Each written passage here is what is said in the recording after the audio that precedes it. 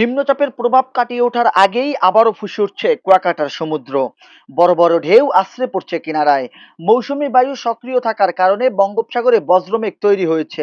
ইতিমধ্যেই সৃষ্টি হয়েছে ঝড়ো হাওয়া।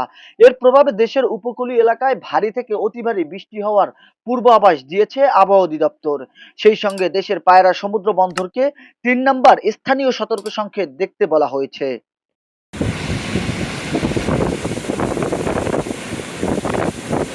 ১৮ জুন হঠাৎ সাগর উত্তাল হওয়ার কারণে মহিপুর আলীপুর মৎস্য বন্দরের জেলেরা কিনারায় ফিরতে শুরু করেছে।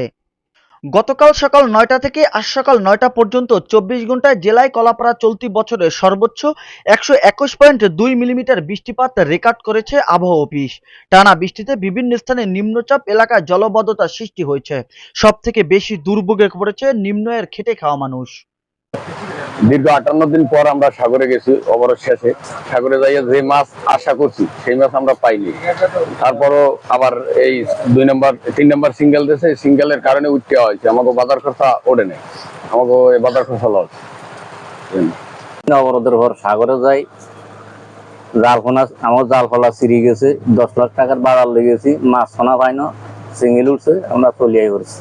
কলাপাড়া কুয়াকাটায় রাত ও দিনভর ভারী বৃষ্টি হয়েছে। এতে ভ্রমণে আসা পর্যটকরা হোটেল থেকে বের হতে পারছেন না এবং অতি ভারী বৃষ্টির খবরে অনেক অগ্রিম হোটেলের বুকিং বাতিল হয়েছে।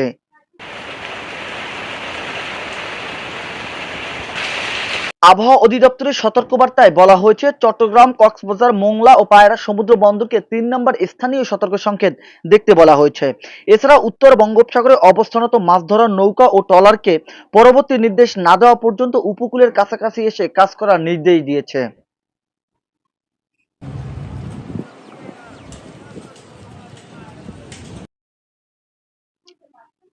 জাহিদুল ইসলাম জাহিদ, খবর কুয়াকাটা।